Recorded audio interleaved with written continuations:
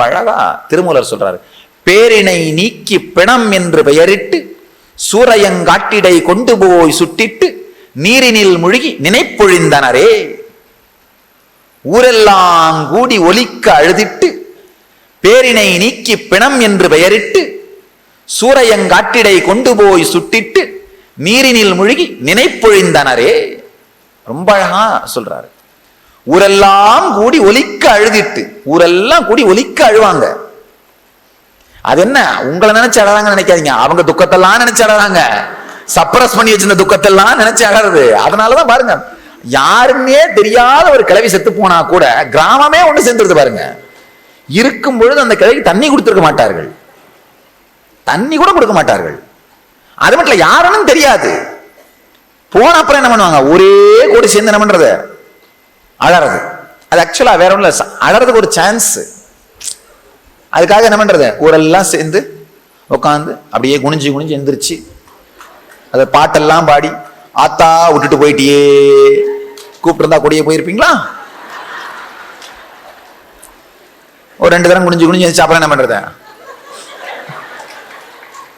மூக்க செஞ்சு தொடச்சிட்டு இல்ல. அதுக்கப்புறம் பாத்தீங்கன்னா நல்லா டீசென்ட் ரிலாக்ஸ்டா உட்காந்துருக்காங்க. நானே 2-3 மரணங்களை பார்த்தேன், டெத் எல்லாம் பார்த்தேன். ஒரு 2 நிமிஷம் குனிஞ்சு குனிஞ்சு எந்திரிச்சு இடுப்பு வலிக்கும் போல இருக்கு, அப்புறம் நிம்மதியா உட்காந்துடுறாங்க. அப்புறம் சைலண்டா உட்காந்துட்டு, என்ன ஆச்சு, உன் மருமக எவ்வளவு வட்டி வாங்கிட்டு வந்தா, இந்த கதையெல்லாம் பேசுறாங்க. இந்த புடவை எங்க வாங்கினேன் எல்லாம் பேசுறாங்க. அதுக்கப்புறம் என்ன பண்றாங்க, கொல்ல பக்கமா காஃபி இருக்குது போய் குடிச்சிட்டு வந்துரு, எல்லாம் பண்றாங்க. யாராவது ஒரு புது ரிலேட்டிவ் வெளியூர்ல இருந்து வந்தாங்க, நான் வந்த உடனே என்ன பண்றாங்க, அவருக்கு ஷோ காமிக்கிறாங்க. மாமா விட்டுட்டு போயிட்டாங்களே பாக்கலையா. அவரு உடனே என்ன பண்றாரு, அப்படியே கர்ச்சி வச்சுட்டு, நான் நினைக்கிறேன் உண்மையில அவங்களுக்கு வர சிரிப்பு அடக்கிக்கிறாங்கன்னு நினைக்கிறேன், வெளியே தெரியாம. ஊரெல்லாம் கூடி ஒலிக்க அழுதிட்டு பேரினை நீக்கி பிணம் என்று பெயரிட்டு, நீங்க என்ன வேணா பேர் வச்சிருக்கலாம், எவ்வளவு பெரிய வெல் நோன் ஃபிகரா இருக்கலாம், செலிபிரிட்டியா இருக்கலாம், பேரினை நீக்கி பிணம் என்று பெயரிட்டு. போனா எப்ப எடுக்கிறாங்க அதான் கேட்பாங்க. பிணம் என்று பெயரிட்டு சூரையங்காட்டிடை கொண்டு போய் சுட்டிட்டு, சூரையங்காடு சுடுகாட்டுக்கு சுட்டிட்டு நீரினில் முழுகி நினைப்பொழிந்தனரே. தலையில குளிச்சு எந்திரிச்சாங்கன்னா முடிஞ்சு போச்சு. 6 மாசத்துக்கு அப்புறம் அந்த வீட்டுல நடு கூடத்தை தொடைக்காம தொங்கிக்கிட்டு இருக்கிற உங்க படத்தை தவிர வேற எந்த டிஃபரன்ஸும் இருக்காது. அவ்வளவுதான், வேற ஒண்ணுமே இல்ல. 6 மாசத்துக்கு அப்புறம் அவங்க ரொட்டீன் அவங்க பாட்டு வாழ்ந்துட்டு இருப்பாங்க. தொடைக்காம நடு கூடத்தை தொங்கிக்கிட்டு இருக்கிற படம் மட்டும்தான் டிஃபரன்ஸா இருக்கும். இல்ல போட்ட அந்த பழைய மாலை காஞ்சி போன அந்த மாலை கழட்டாம இருக்கும், அவ்வளவுதான், வேற ஒண்ணும் கிடையாது. அதனால ஒன்னும் பெருசா டென்ஷன் எடுத்து வாழற அளவுக்கு வாழ்க்கையில ஒண்ணும் இல்லை. கவலைப்படாம ரிலாக்ஸ்டா இருங்க. நம்முடைய மரணத்தை ஃபேஸ் பண்றதுக்கும் ரிலாக்ஸ்டா ஃபேஸ் பண்ணுங்க. என்ன ஆக போகுது, நல்லா ஆழ்ந்து புரிஞ்சுங்க. ரொம்ப ஜாலியா உள்ள நுழைஞ்சிங்கன்னா ஸ்ட்ராங்கான எக்ஸ்பீரியன்ஸா இருக்கும். நல்லா புரிஞ்சுங்க. ஜாலியா ரிலாக்ஸ்டா உள்ள நுழைஞ்சிங்கன்னா, ரொம்ப டென்ஸ் ஆகி ஸ்ட்ரெஸ்ஸோடலாம் நுழையாதீங்க. ஒன்னும் நீங்க கவலைப்படாதீங்க, ரிலாக்ஸ்டா உள்ள நுழைங்க. அந்த உங்களை உள்ள எடுத்துட்டு போய் அந்த அனுபூதியை உங்களுக்கு கொடுத்து வெளியில எடுத்துறது ஏன் வேலை, அது நீங்க ஒண்ணும் பண்ண வேண்டியதில்லை. நீங்க பண்ண வேண்டியதில்லைன்னா ரொம்ப ரிலாக்ஸ்டா, சரி இப்ப என்ன பண்றது, செத்துத்தான் போவோம், வேற என்னதான் பண்ண முடியும், சாவுதான் செத்துதானே ஆகணும், ஏதாவது பண்ண முடியுமா, ஒண்ணும் பண்ண முடியாது. அதனால என்ன பண்ணுங்க, சரி என்ன பண்றது, வந்துட்டோம் போய்த்தான் ஆகணும். ஆனா அந்த உள்ள போகும்பொழுது என்ன, அந்த அடி வயிறு உழுக்கும். அந்த அடி வயிற்றுல இந்த சுவாதிஷ்டானம், அந்த அட்ரினலின் ரிலீஸ் ஆகிறது, பயம் கிளம்பும். ஃபர்ஸ்ட் டைம் நான் அமெரிக்கா போயிருந்தப்போ கூட வந்த 2-3 டிவோட்டீஸ், யூஸ்வலா நான் எந்த ஊர்ல இருந்தாலும் ஈவினிங் வாக் பண்ணுவேன்.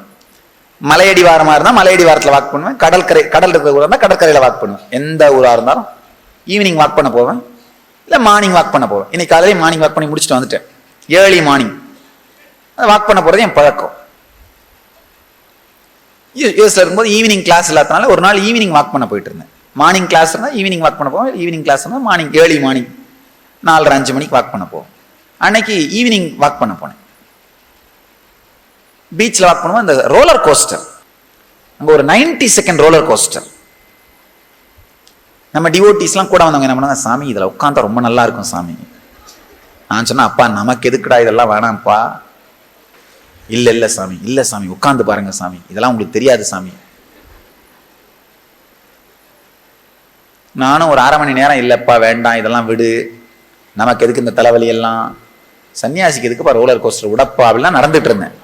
ஆனால் நம்ம ஆளுங்க யாரையுமே டெம்ப் பண்ணிடுவாங்கல்ல. இல்லை சாமி ரொம்ப நல்லா இருக்கும் சாமி, நீங்கள் வாங்க சாமி போகலாம். நான் கடைசியாக என்ன பண்ண, சரி ஓகே அங்கே வர்றேன். ஏற்கனவே முடிச்சுட்டு வெளியில் வர்றாங்களா, அவங்கள கேட்டு பார்ப்போம் எப்படி இருக்குன்னு. அவங்க என்ன சொல்கிறாங்களோ அதை வச்சு முடிவு பண்ணுறேன் அப்படின்னு. சரி அப்படின்னு சொல்லிட்டு டிக்கெட் வாங்கிட்டாங்க. நான் சொன்னேன், நான் முதல்ல உள்ளே போகிறேன் அப்படின்னு. நான் உள்ளே போயிட்டேன். ஏன்னா அவங்களெல்லாம் என்கொயர் பண்ணணுமே. அங்கே வந்து அந்த ரோலர் கோஸ்டர் வந்து நின்ன உடனே பார்த்தா இவங்கெல்லாம் ஓன்னு கத்துறாங்க, ரொம்ப எக்ஸைட்டடா அதை உட்காந்துருக்கவங்க. நான் நினைச்சேன், ஓ நல்லா தான் இருக்கும் போல. ஏறி உட்காந்துட்டேன். உட்கார்ந்த உடனே அந்த ஒரு பார் மாதிரி போட்டாங்க, பார் மாதிரி போட்டு பெல்ட் போட்டாங்க. நான் இது என்னடா இது, இதெல்லாம் போடுறாங்களே. சரி உட்காந்துட்டோம், இதுக்கப்புறம் என்ன பண்ண முடியும்? இப்போ நீங்கள்லாம் சில பேர் நினைப்பீங்க, வந்துட்டோம் இதுக்கப்புறம் என்ன பண்ண முடியும், அந்த மாதிரி உட்காந்துட்டேன். அது ஆரம்பிச்ச உடனே முதல்ல என்னாச்சு, என் டர்பன் பறந்துருச்சு, கலப்பா பறந்துருச்சு. இதுவா 6 மீட்டர் துணி, இது ஒரு ஃபுல் புடவை ஆக்சுவலா தலையில கட்டி இருக்கிறது. 6 மீட்டர் துணி பறந்தது மட்டும் இல்லாம அது உயரமான இரும்பு ஆங்கிள், அதுல சும்மா காவி கொடி பட்டளி வீசி பறக்குது. ஒரு நுனி சிக்கிட்டு இன்னொரு நுனி பட்டொலி வீசி பறக்குது, பரபர பரபர பரன்னு. எனக்கா ஐயோ இது என்னடா. அதுக்கப்புறம் பார்த்தா அது மேலையும் கீழையும் சுத்தி அந்த உள்ள இருக்கிற 7 சக்கரம் ஒன்னோட ஒண்ணு சந்திச்சுக்குது. அநாகதம் ஆக்ஞைக்கு வருது, ஆக்ஞை மணிப்பூரகத்துக்கு போகுது, மூலாதார சகஸ்ராரத்துக்கு போகுது, குண்டலினி ஷார்ட் சர்க்கியூட் ஆன மாதிரி ஆகுது.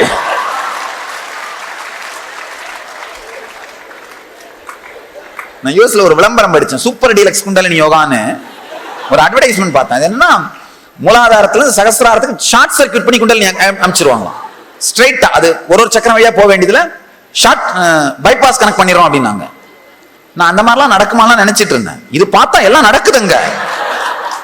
இந்த பக்கம் உருட்டுது, அந்த பக்கம் உருட்டுது. அது 90 செகண்ட் மேலையும் கீழையும் சுத்தி அடிச்சு, நான் வேற அந்த பறக்கிற துணியெல்லாம் பிடிக்கிறதே நேரம் சரியா இருக்கு.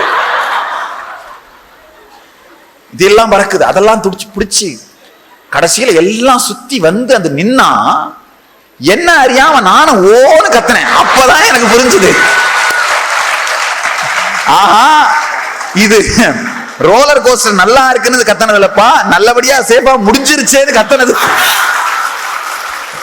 எனக்கு அப்பதான் தெரிஞ்சது, இது ரோலர் கோஸ்டர் நல்லா இருக்குன்னு கத்தனது இல்ல, சேஃபா வந்து சேர்ந்தமேன்னு கத்தி இருக்காங்க அப்படின்னு. நான் உடனே இறங்கி வெளியில வந்து என்ன பண்ண, நம்ம பக்தர்லாம் வெயிட் பண்ணிட்டு இருந்தாங்க. ரொம்ப நல்லா இருக்கு போங்க எல்லாம், நீங்க மிஸ் பண்ணவே கூடாது. ஏன்னா அவங்க தானே என்ன சொல்லி உள்ள அனுப்புனாங்க.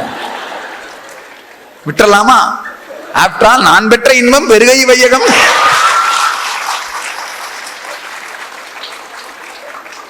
நம்ம வேலையே அதானே, நான் அடைஞ்ச ஆனந்தத்தை உங்களுக்கு எல்லாம் கொடுக்கிறது தானே.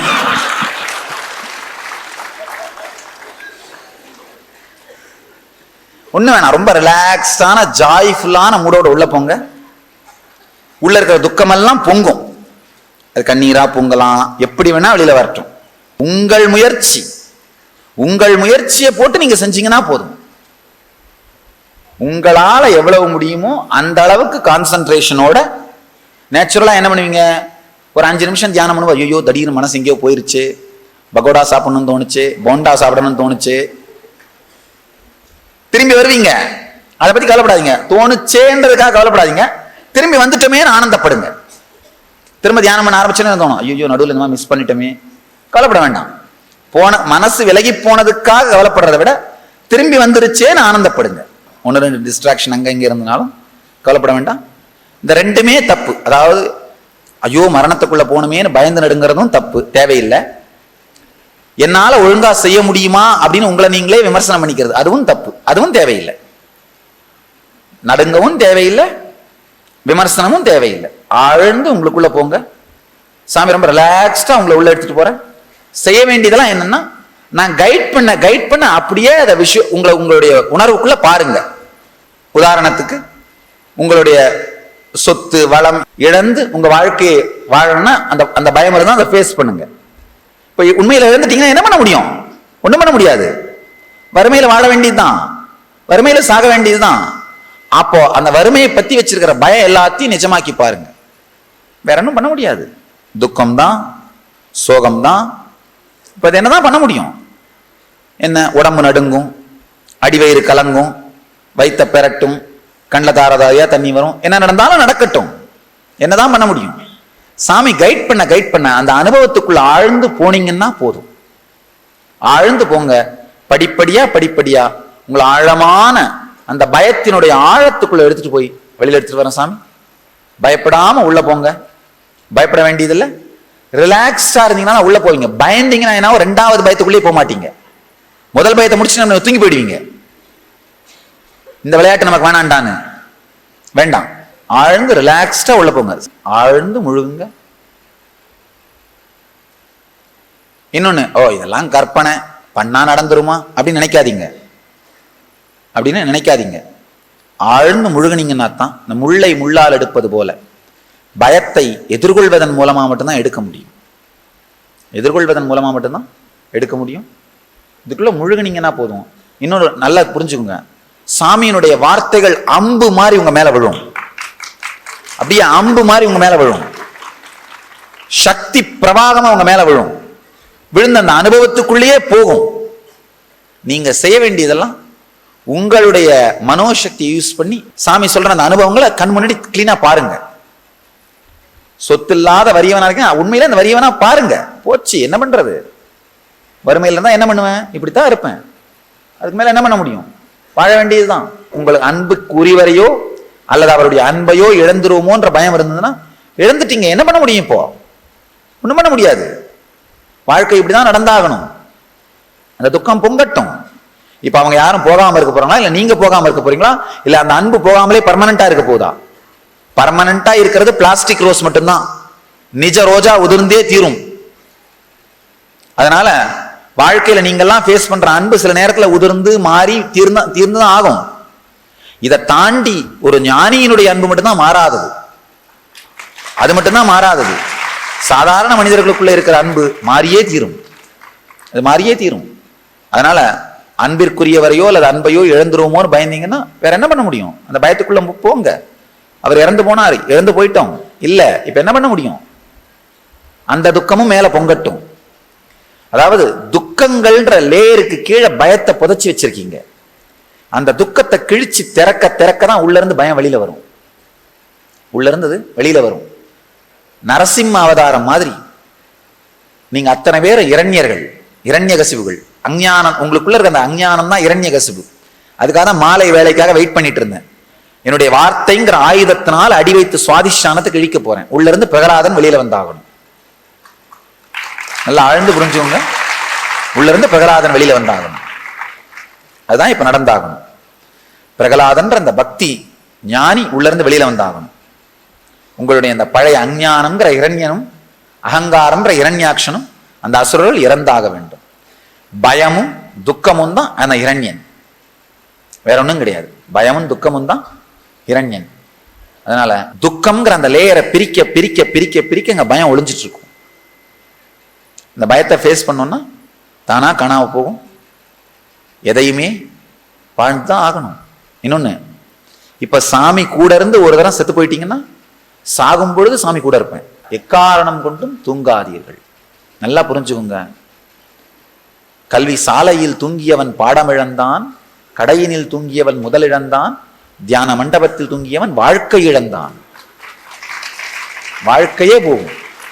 தூங்காதீங்க, ஆழ்ந்து முழுங்க. அந்த பயம் கொந்தளிக்கும் போது மனசு என்ன பண்ணும்? மறுத்துட்டு தூங்கிடும், ஒதுங்கிடும். விடாதீங்க. துக்கம் கொந்தளிக்கும் போது மனசு என்ன பண்ணும்? இமேஜின் பண்ண வேணான்னு தோணும். இதெல்லாம் எப்போ நடக்க போகுது, இதை ஏண்டா நான் நினைச்சு வருத்தப்படணும்? இப்பவே பாருங்க. நல்லா புரிஞ்சுக்கோங்க. இப்ப பாக்குறதுனால எந்த கருதியும் நடக்காது. அந்த பயத்திலிருந்து வெளியில வருவீங்க, அதான் நடக்கும். நமக்கெல்லாம் ஒரு தப்பான கருத்து சொல்லப்பட்டிருக்கு. இதெல்லாம் நினைச்சு நினைச்சு பார்த்தா அப்படியே நடந்துரும். கவலைப்படாதீங்க. அன்கான்சியஸா நினைச்சு பார்த்தா தான் நடக்கும். கான்சியஸா உள்ள போய் வெளியில வந்தீங்கன்னா நடக்காது. அதனால பயப்படாம ஆழ்ந்து உள்ள போங்க, ஆழ்ந்து உள்ள போங்க. புது மனிதராக, புது பிறவியாக வெளியில வருவீங்க. இனிமையான புது பிறவியை எடுப்பீர்கள். பயம் கடந்து, துக்கம் கடந்து வாழற வாழ்க்கை தான் வாழ்க்கை.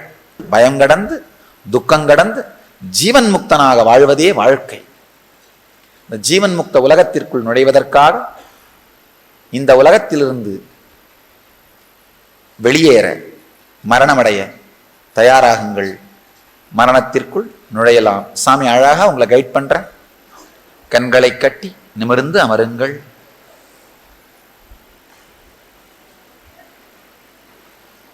மிக மெதுவாக ஆழமாக சுவாசியுங்கள். சப்தமில்லாமல் மிக மெதுவாக ஆழமாக சுவாசியுங்கள்.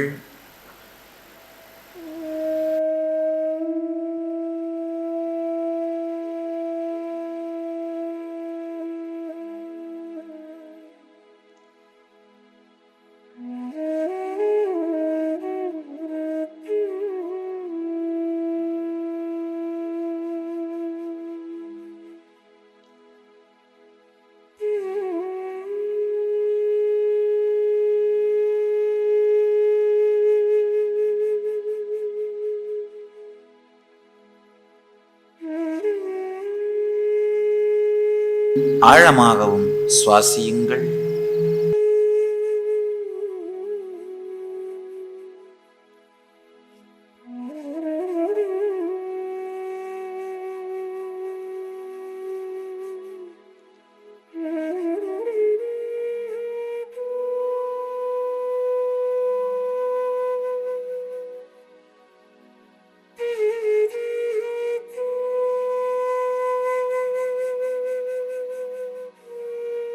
அமைதியோடு இந்த துக்கம் உங்களுக்குள் நடக்க அனுமதியுங்கள்.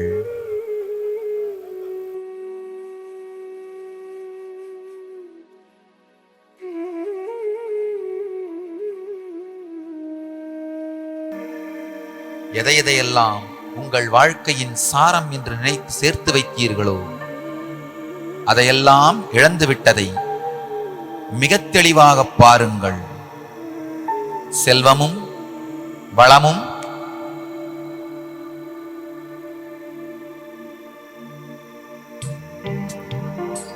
பெயரும் புகழும் காணாமல் போய்விட்டதை பாருங்கள்.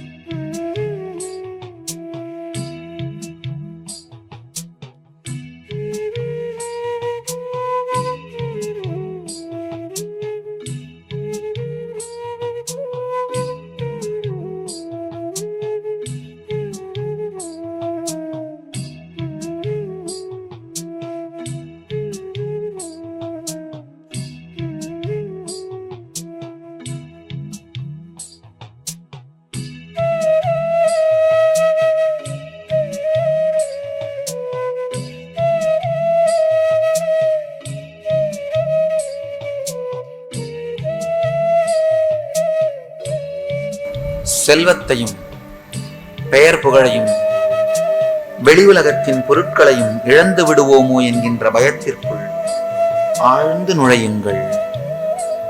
உண்மையிலேயே நீங்கள் வாழ்க்கையின் மிக முக்கியமான பொருட்கள் என்று சேர்த்து வைத்திருந்த அனைத்தையும் இழந்து விட்டதை பாருங்கள்.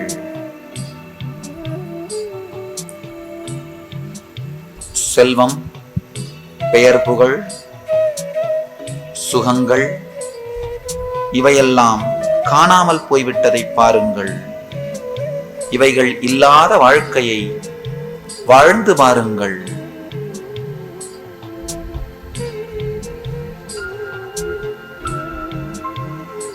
அடிவயிற்றிலிருந்து பொங்கும் துக்கத்தையும்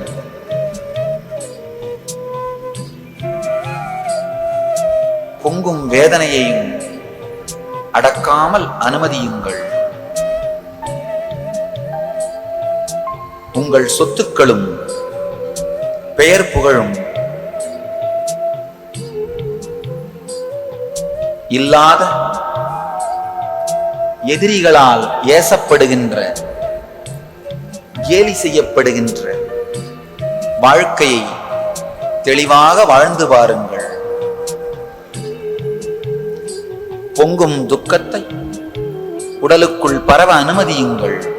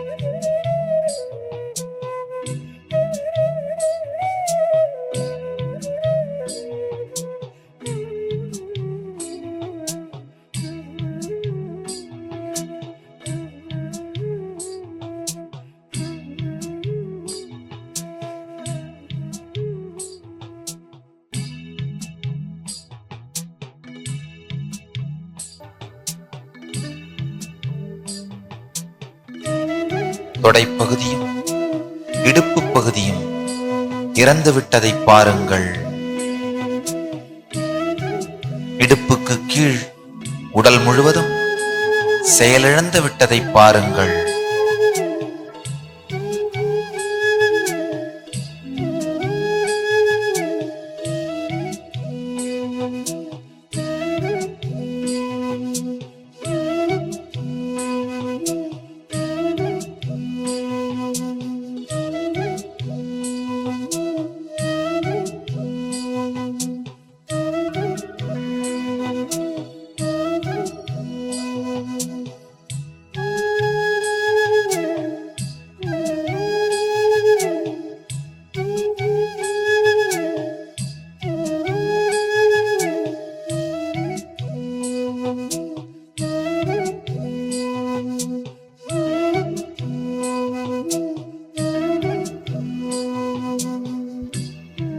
உங்கள் வயிற்று பகுதி இறந்து கொண்டிருப்பதை பாருங்கள்.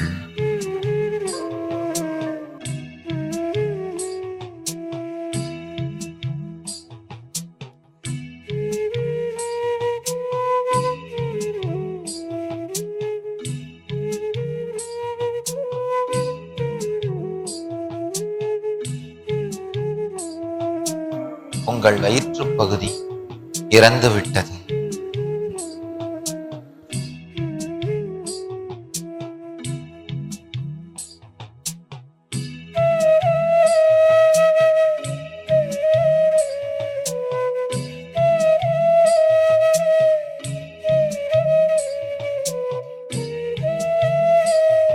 உங்கள் மார்பு பகுதி இறந்து கொண்டிருப்பதை பாருங்கள்.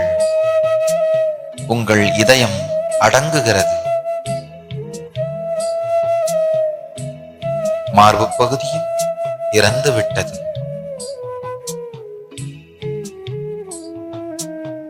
உங்கள் கைகள் இரண்டும் இறந்து விட்டதை உணருங்கள்.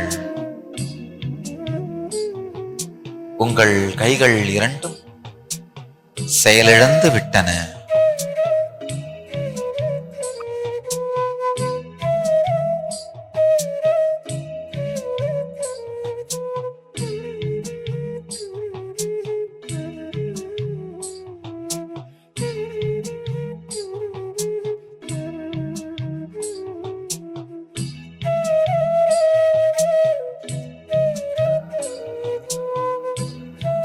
உங்கள் முதுகுப் பகுதி இறந்து விட்டதை பாருங்கள்.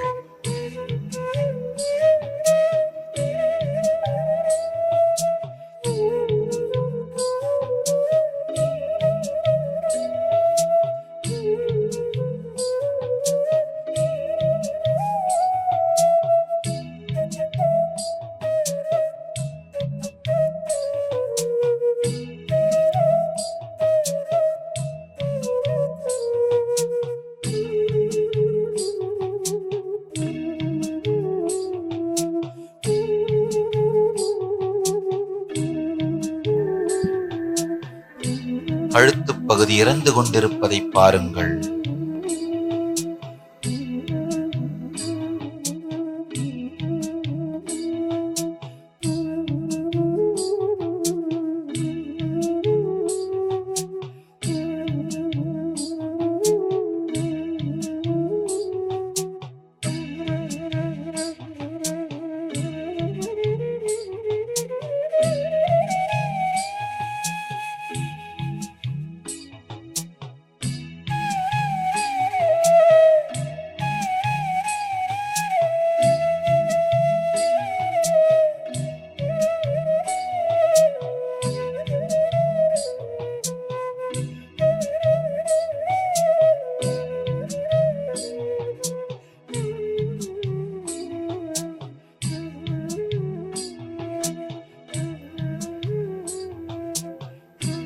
மெதுவாக தலைப்பகுதியும் இறந்து கொண்டிருப்பதை பாருங்கள்.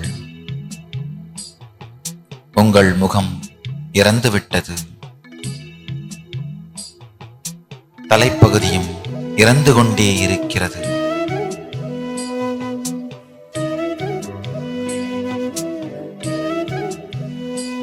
மிக மெதுவாக உங்கள் உச்சந்தலை வழியே ஜீவன் வெளியேறுகிறது, வெளியேறுகிறது, வெளியேறிவிட்டது.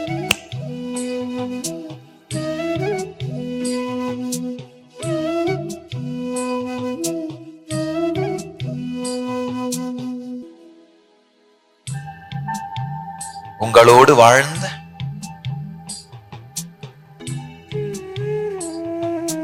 உங்கள் உடல் தனியாக இருப்பதை மிகத் தெளிவாக பாருங்கள். உயிர் நண்பனாய், வாழ்க்கையாய் உங்களுக்குள் இருந்த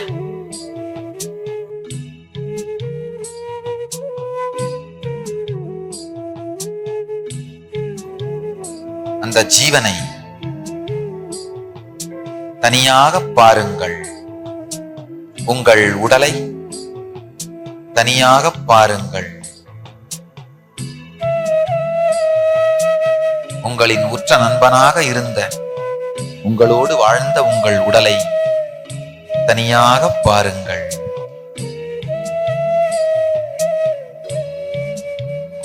உடலாலும் உடலை சார்ந்தும் இருந்த எல்லா பந்தத்திலிருந்தும் விடுபட்டு நீங்கள் சுதந்திரமாக இருப்பதை உணருங்கள்.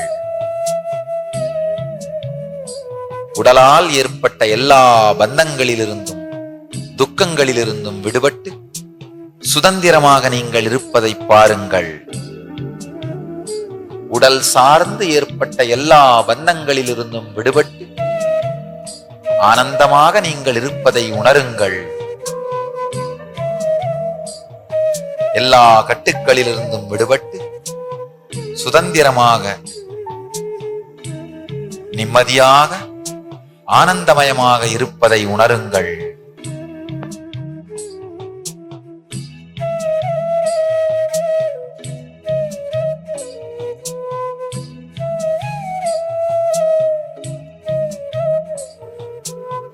உங்கள் உற்றார் உறவினர் எல்லாம் கூடி உங்கள் உடலுக்கு இறுதி மரியாதைகள் செய்வதை பாருங்கள்.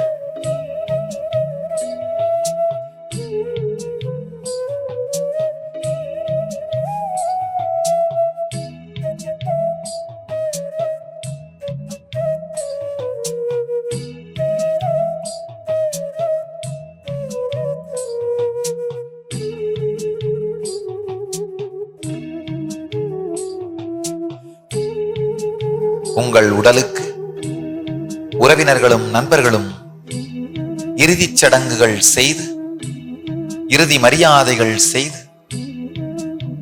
வழி அனுப்புவதை பாருங்கள்.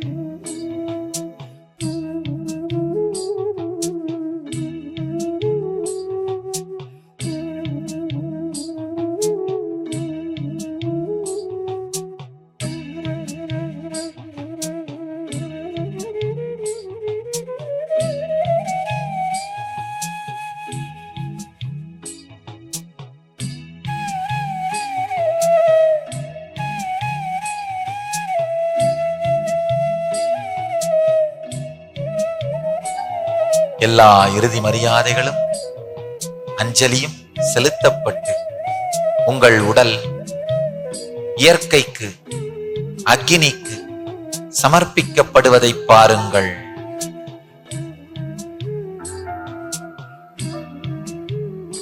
உடல் முழுவதும் நெருப்பிலே உருகுவதை, அக்கினியில் கரைவதை பாருங்கள். உடலால் ஏற்படும் எல்லா பந்தங்களும், பயங்களும், அச்சங்களும், பய சம்ஸ்காரங்களும் இந்த நெருப்போடு எரிந்து போகட்டும்.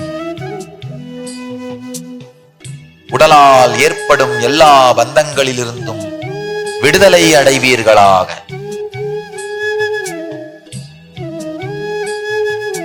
உடல் முழுவதுமாக அக்கினியில் கரைந்து விட்டதை உணருங்கள். கால பைரவன் என் ஆணையினால் எல்லா பந்தத்திலிருந்தும் விடுதலை அடையுங்கள்.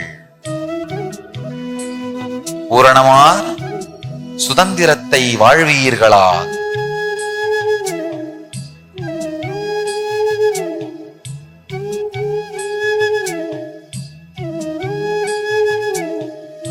உங்கள் உடல் இயற்கையோடு கரைந்து விட்டதை உணருங்கள். உயிர் உணர்வு இந்த பிரபஞ்சத்தின் சக்தியுள் கரைந்து விட்டதை பாருங்கள்.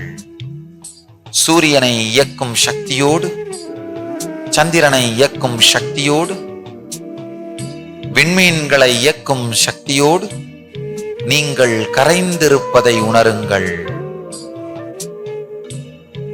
பிரபஞ்ச பேரியக்க சக்தியோடு,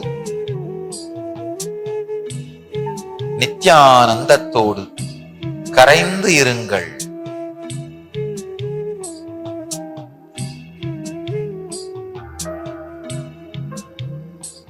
பிரபஞ்ச சக்தியின் பேரருளால் ஜீவன் முக்தர்களாக இந்த புது உடலுக்குள் புது உணர்வாக நுழையுங்கள்.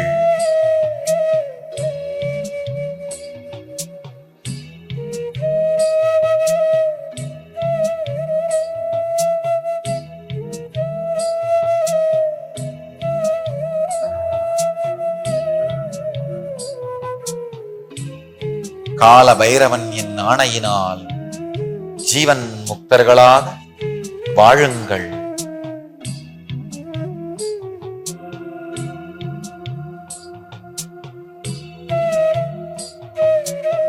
மெதுவாக, மிக மெதுவாக உடலை இயக்குங்கள். கண்களை கட்டியவாறே இந்த ஆழ்ந்த அமைதி உணர்வோடு எழுந்து அமருங்கள்.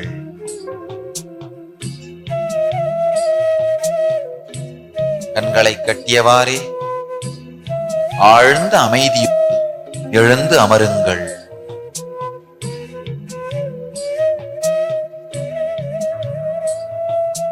இருந்த இடத்திலேயே அமருங்கள்.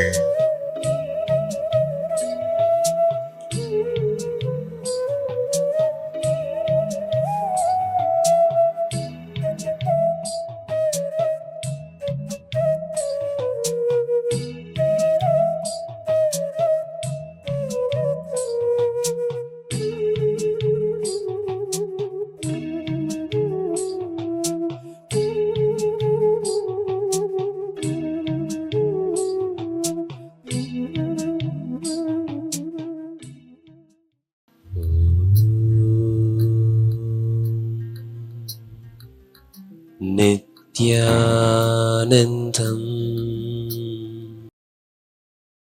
மெதுவாக, மிக மெதுவாக கண்களை திறக்கலாம்.